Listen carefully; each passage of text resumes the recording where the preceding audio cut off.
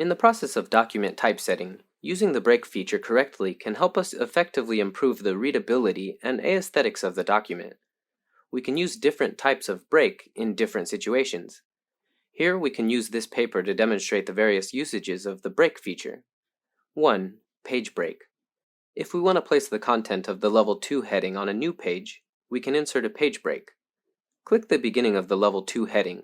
Click the Breaks drop-down button in the Page Layout tab and select Page Break. Or we can use the shortcut key Ctrl-Enter to insert a page break quickly.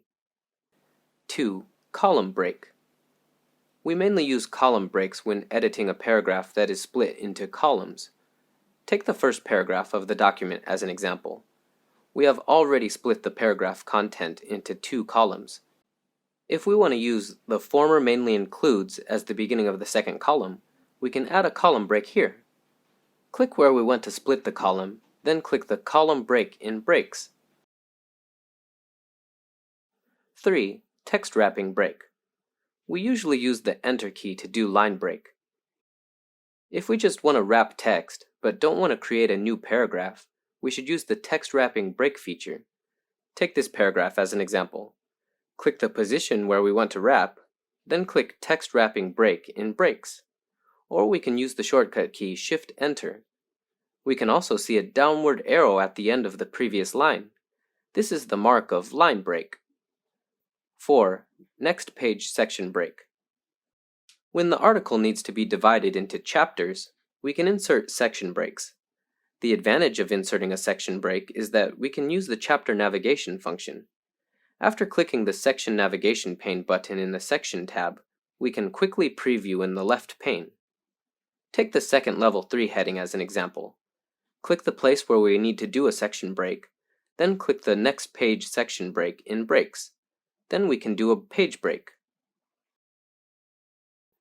5. Continues section break. If we only want to do section break and don't want to do page break, we can insert the Continues section break. Take the content of the Level 2 heading as an example. Click the place where we want to split, then click Continue section break in Breaks.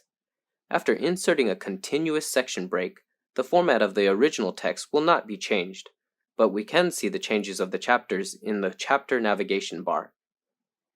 6. Even page section break and odd page section break. Even page section break and odd page section break are mainly used for re-editing the page number. This is a very useful feature, especially when printing multiple copies of one book. Let's use the odd page section break to demonstrate here. Take this document as an example. Now we can see some page numbers in the document. We want to repaginate from the How to Understand on page 4. Click the beginning of the title and insert Odd Page Section Break. Then the paragraph will jump to a new page, and the page number of this page is 1. WPS will continue to number pages from there. The way to use Even Page Section Break is the same as Odd Page Section Break, but its starting page number is 2. These are the usages of the break feature. Let's learn it together.